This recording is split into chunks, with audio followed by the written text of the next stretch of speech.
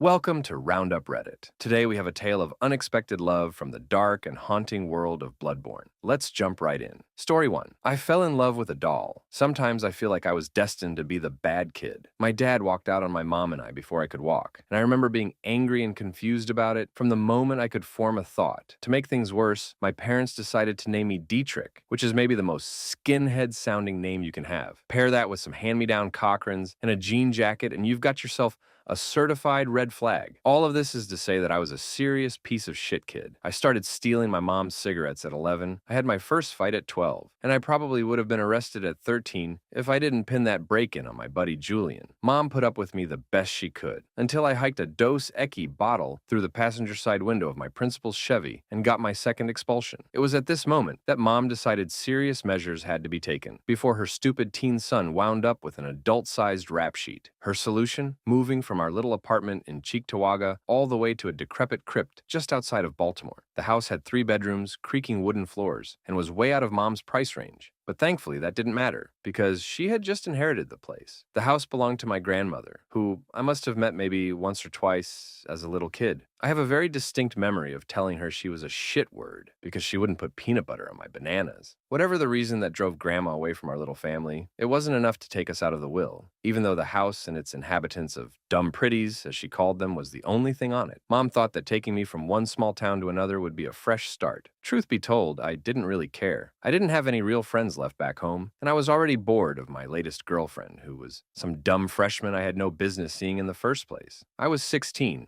and already decided the world was shit, so I didn't give a rat's ass which part of it I ended up in. I spent my first afternoon in the house, scuffing up the floors, kicking holes in walls, and carving my name into wood that was older than me. Pointless destruction is only entertaining for so long. So after a while, I found myself exploring the grounds. I kicked around the weeds in the backyard. I found which of the bathrooms had an actual working toilet. I narrowly stepped on an exposed nail at the top of the staircase. Then, I found the 3rd bedroom, the one neither my mother nor I would be sleeping in. This room was full of all of Grandma's dumb pretties, her name for the eclectic collection of shit she gathered in her 80-something years of life. To a respectless teen, there could not be a room full of any uglier, useless doodads in the world, and yet I found myself morbidly curious about each and every one of them. There was a clay figurine of a miner who gave me a good laugh when I twisted his head off and realized his neck was a cork. There were a lot of clocks, none of which ran anymore, a folded flag, and a bunch of little porcelain babies. But above all else, there were dolls, little ugly sackcloth dolls with dead painted expressions. It was all weird, but nothing really surprised me. That is, until I got to the back of the room. I almost hadn't noticed it, but tucked away in a back corner, sitting under a dust-filled beam of light, was a white sheet, draped over what I assumed was a chair. When you make a habit of stealing stuff, you start to look at things a little bit differently than most people. My first thought here was, what could be so valuable? That it was the only thing in the room worth protecting from all the dust? I didn't even care what it was, but knowing it was worth something to someone once was enough to pique my curiosity, and without hesitation, I pulled the sheet off. It was another doll. This doll, however, was different from all the rest. It was a woman and would be as tall as one if it stood up, probably standing at least 5'4",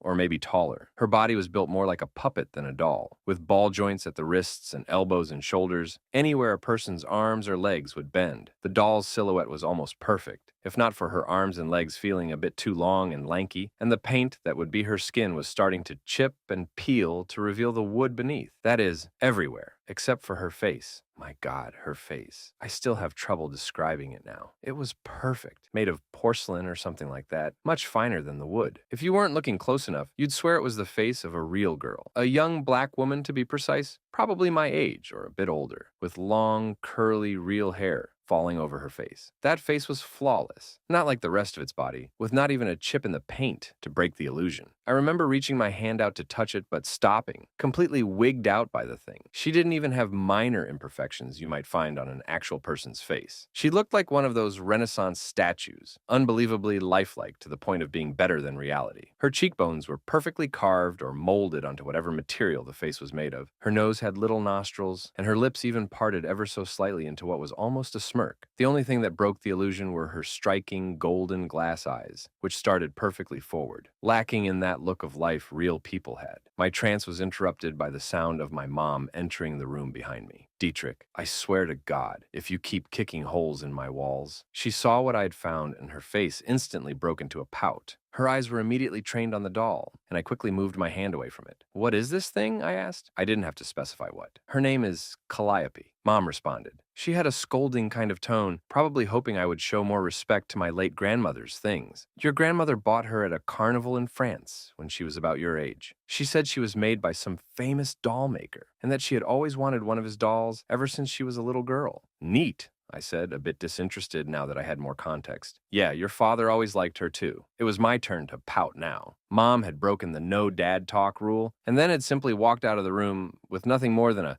dinner at 8. I looked back at the doll. I was now convinced she was nothing more than just that. Some fancy doll bought from a creepy doll maker in France, the homeland of creepy weirdos. My frown deepened a bit as I realized exactly what I was thinking. Did I actually believe she was more than that? It was almost a month later before I thought about Calliope again. I had spent the night drinking with a couple of guys and this girl, Veronica, from my class. It was a pretty uneventful night, but I still remember stealing a couple of six-packs from this guy Kevin's dad, and that I thought I had a chance of getting with Veronica if the cops hadn't shown up. The rest of it is more or less a blur, up until I hopped the fence into my own backyard. It was late by that point, probably way past midnight. I had cut through a few neighbors' backyards to be sure that I'd lost the cops, but I also didn't want to go through the front door in case Mom was there waiting to lecture me. I fell on my ass coming over the fence, and as I kicked through the weeds and tall grass, I realized I hadn't really been back here yet. It wasn't too hard to find my way around, though, thanks to a big, bright full moon in the sky. As I stumbled towards the house, I remember my leg getting caught in some tall weed, which was strong enough to wrap around my ankle and stop me for a second.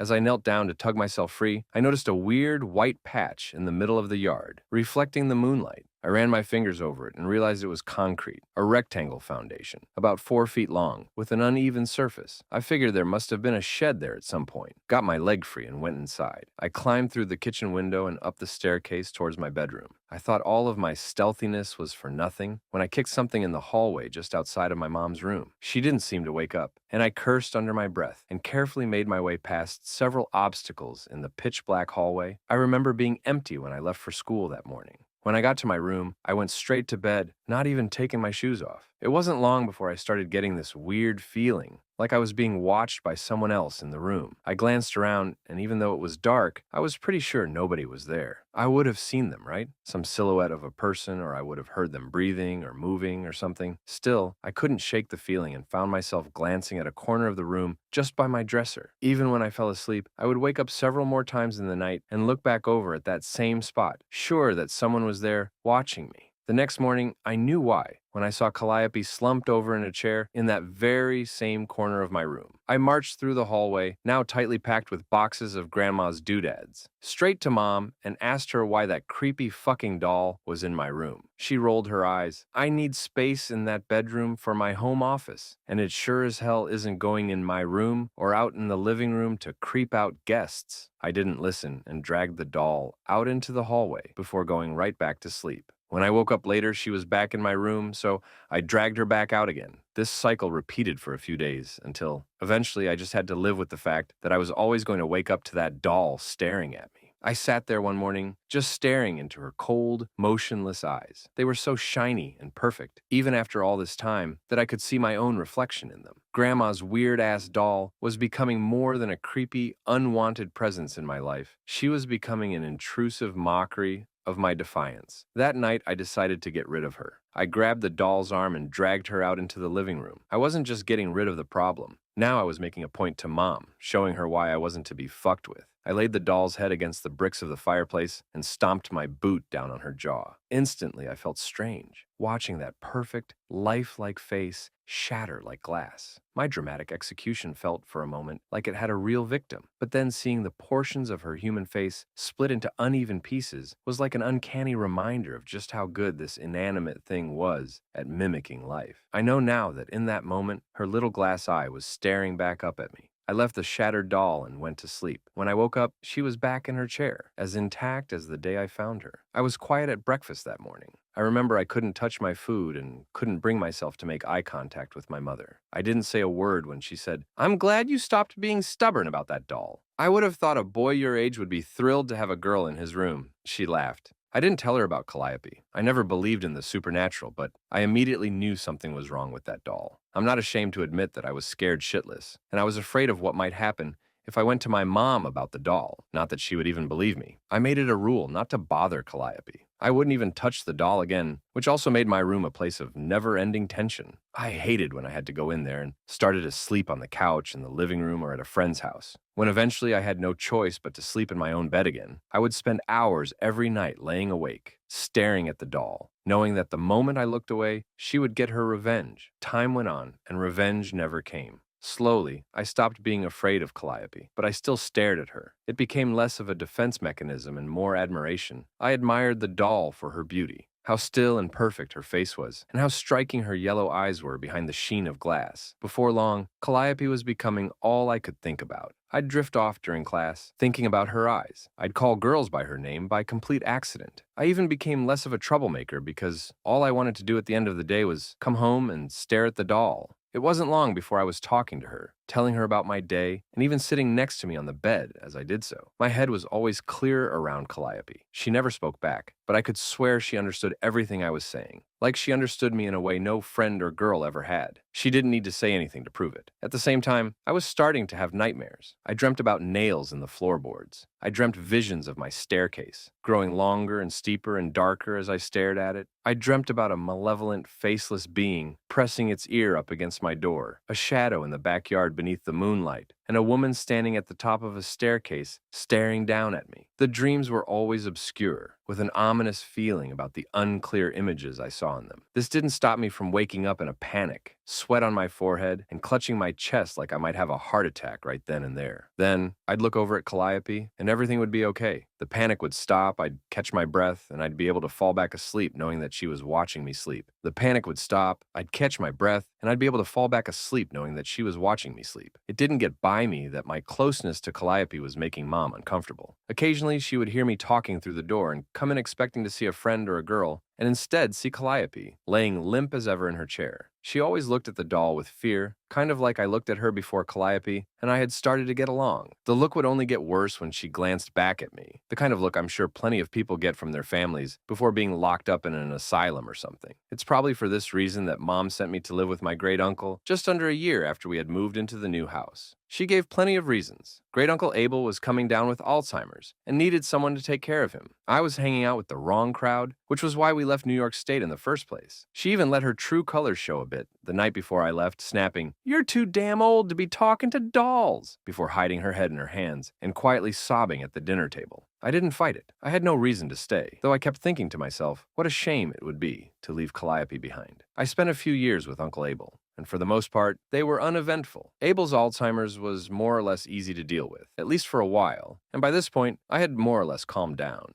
Calliope did that to me, and even though she wasn't here, I could remember her calming presence whenever I found myself getting angry. I found myself missing her, the way someone might miss an old friend with whom they left things unsaid. It was weird, I knew it, but I knew that Calliope was more than just a doll, so it didn't bother me. In the autumn, I'd look up at the golden moon with a smile. It reminded me so much of her eyes. At some point, Uncle Abel asked me if I had any girls in my life. Without thinking, I blurted out Calliope's name. "Calliope?" Abel repeated, and I was immediately embarrassed. I shook my head and was going to explain it away when he said something that caught me by surprise. I thought she wasn't around anymore. Eventually, Uncle Abel's Alzheimer's became too much for me to handle on my own, and we had to move him into a home. I was 18, didn't have a job, and had no real choice but to move back in with my mom. Mom and I hadn't kept up much since I left, but nothing could have prepared me for what I saw when I came back home. The house was dirty and uncared for, even more than when we had first moved in. Mom had developed a drinking problem while I was gone, the evidence of which was littered all around the house. It was a conscious sort of mess, with empty bottles stacked neatly in corners or on countertops, cared for just enough not to leave them lying about, but not enough to throw them in the garbage. Despite this, or maybe because of it, Mom seemed really happy to have me back. She hugged me tight at the door and welcomed me home. She asked if I wanted anything to eat, despite the fact that the kitchen was clearly in no shape to cook anything in. "No thanks," I said. "I just want to go to bed."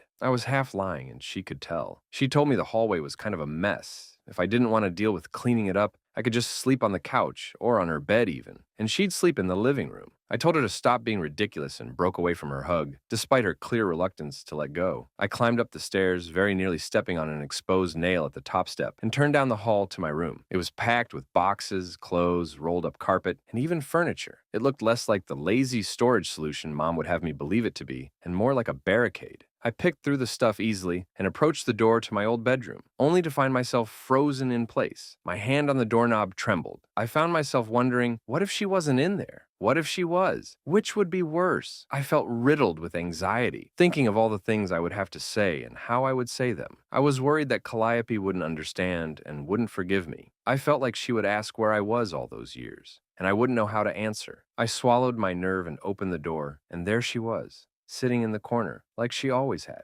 motionless, without a sound, perfect in her stillness. I sat on the bed across from her and held her hand. It was the same painted wood it always had been, but to me it felt warm, familiar. Calliope was still here, and I was back, and there was nothing that needed to be explained. We were back together, and that was all that mattered. The nightmare started again that night, nails on the floor. Something dark, something terrible, trying to get into my room. A girl in the backyard staring up at my window, illuminated by the amber moonlight. The next year or so was rough. Mom and I would break into constant arguments, with almost anything triggering a shouting match. I was tracking mud in the house. I was staying up too late. I was apparently stealing her booze right out from under her nose. Anything would start the argument. But I felt deep down it was always related to the same thing, Calliope. She seemed to hate her, and it drove her crazy how close we were. It became clear to me that the 2 years Mom had spent alone in the house with the doll had taken their tolling. She wasn't the same person I grew up with. She was always angry or paranoid, and I would often come home to see her sobbing at the kitchen table. She lost her job, was behind on the mortgage, and almost never allowed herself upstairs. I often wondered what sweet Calliope could be doing to make her so upset. I started to question if the scratches in the furniture and the broken objects littered around the house were my mom's doing after all. I remember needing to get out one night. I ended up going to a party, invited by the friends I made when I was still in school. It was a pretty mediocre get-together, but exactly the break from Mom's manic crazy that I needed. Veronica was there, and to my surprise, still into me. I chatted her up, and when she flirted with me, I flirted back. But the whole time, my mind was on Calliope. After a haze of drinks, I was back in my bedroom, and I was so sure I brought Veronica there. I was staring at my feet at the edge of the bed and was going to turn around and tell her that I just couldn't get it up, when to my surprise, I was met with the sight of amber eyes. It was Calliope, laid out on my bed. I knew I hadn't put her there, but here she was. And there Veronica wasn't. I climbed over to her. I reached out to touch her hand and gasped. It didn't feel like wood. It felt like skin. The most perfect, soft, womanly skin I had ever felt. As I looked up her arm, I could see that it was free of the blemishes and chipped paint from before. It was as if a real woman was in my bed, only motionless. And yet I still felt her inviting me forward, asking me to continue without a voice. I looked into Calliope's eyes, and she looked back. I cupped her cheek and kissed her, and her lips were the most perfect lips I have ever felt. I knew at that moment what I had felt for so long. I was in love with Calliope, and I didn't care how strange it felt. I knew she loved me back. I love you, I spoke, more of a moan than a whisper. I felt darkness looming at my door, and at the sound of my words, it flew open. Mom stood there in the doorframe, tears staining her face, a bottle in her hand. She screamed at me, asking what I was doing, both of us knowing it was a rhetorical question. I pulled myself off of Calliope and sat up straight at the foot of the bed, embarrassed but still not letting go of her hand. Mom screamed and sobbed. "Look at you," she shrieked, "in bed with that fucking whore." I was confused, but I was also angry. I stood up and told her to take it back. I shouted at her, shouted that Calliope was not a whore, that she had no right to speak to her like that. In response, Mom pushed past me and chucked the bottle at Calliope's head. I was seeing red now, and I shoved her out of the room and into the hallway. She stumbled a bit, and I was brought back to the reality of the situation a little when I saw her almost tip over. I never once thought I could lay hands on my mother like that. It had never once crossed my mind, never felt possible. And here I had almost pushed her over. I cursed under my breath and slammed the door. I tried to walk right out the front door, down the street, anywhere I could get away from my mother and get my head straight, but she caught me on the stairwell. "Please, don't go,"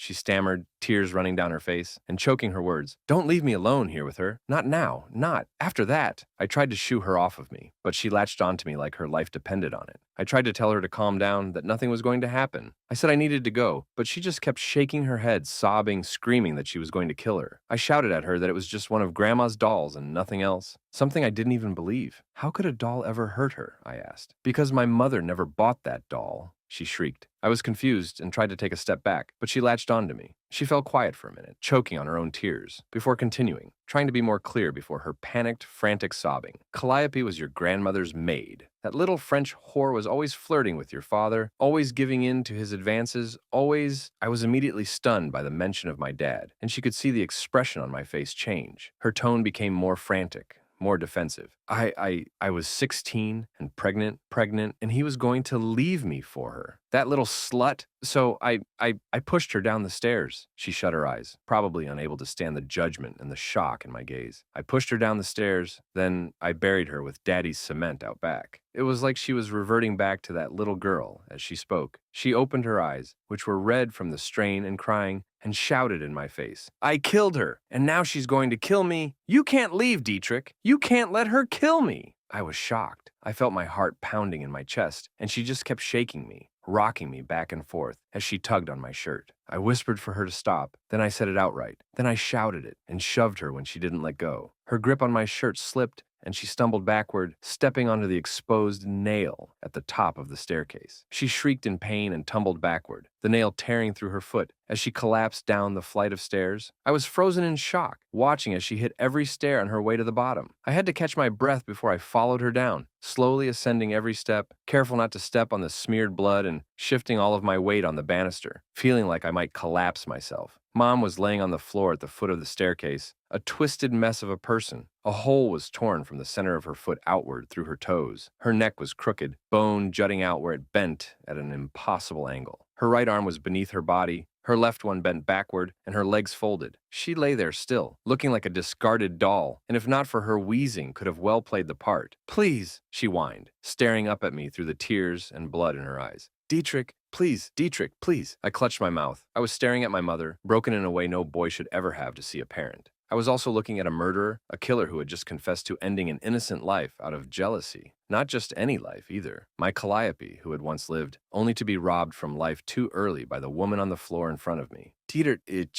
please. I looked back and saw Calliope. She was sitting at the top of the staircase, her head leaning against the banister. I looked at her amber eyes, and for once swore I could see something in them. Real emotion, delight. One look in her eyes and I knew what I had to do. I looked back down at the crippled creature on the floor below me. All pity and fear had left me, and I raised my leg and broke my boot down on her jaw. I dragged my mom's body out the door and stuffed it into the trunk of her Cadillac and let it drift on neutral into a local river. As I watched it sink beneath the inky murk, I remember looking up at the sky, finding it remarkable just how yellow the moon was that night. When I got home, the blood trail leading down the staircase and out the door was completely gone. As I walked up the stairs, I noticed that even the nail jutting out of the top step was missing. The door to my room was open, and there lay Calliope, waiting for me. I held her to my chest and slept dreamlessly through the night. The next day, I told the cops what my mom told me. I said she confessed to the murder of a girl about 19 years ago, just before running off with some guys she met at a bar in town. They had their questions, of course, but the forensics on the body dug up in my backyard showed that I would have to be a really murderous baby if I was responsible. Mom apparently made a reputation for herself as a drunk while I was away, and with no signs of struggle, the cops had no trouble believing my story. All of that was back in October. I sold the house to a family friend who reached out not long after Mom went missing, and I hear from him every now and then. Calliope and I are living in a one-bedroom apartment in Better-On now.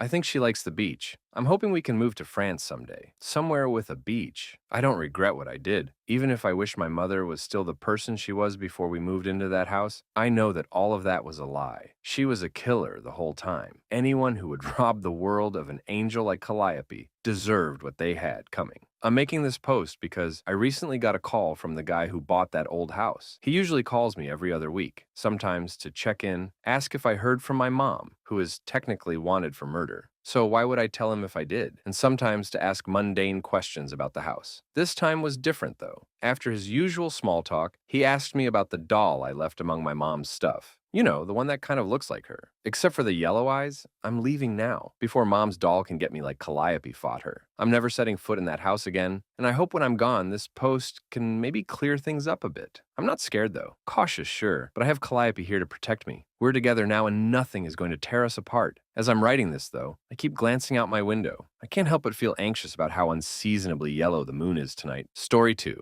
I think I'm in love with the doll from Bloodborne. It feels weird to say it, but she's so kind and helpful, and every time I see her, she seems to really care about our interactions. She lets me level up and even calls me stuff like Kind Hunter. I don't know if I can't tell if she's flirting with me or if it's just part of her job to greet me like that. I don't think she has ever hooked me up with deals on Blood Echoes, but she is so dependable. The hardest part about this is she is so enigmatic. I have no idea what kind of music she listens to or what kind of food she likes. The other day I was considering bringing her something back from one of my adventures, like a small blood-covered trinket or perhaps a ring I stole off of a fair maiden's corpse behind a carriage in Yarnum. I mean, it's painful to admit, but I don't even know if she is single or if she is seeing another hunter, perhaps. Sometimes I get really jealous and imagine how much better other hunters are than me. And how, like, the doll would probably much prefer to be with some guy with maxed out dexterity and strength, but I don't know. Maybe she would like a guy with a little more intelligence and item discovery. I would give her all of the extra items I would find, and so I feel like she could maybe like me too. Anyone ever fallen for the doll like I have? Maybe I'm just a hopeless romantic. Maybe I'm just meant to roam Yarnum for Blood Echoes and keep everything with the doll strictly business. But then I see her and she greets me and asks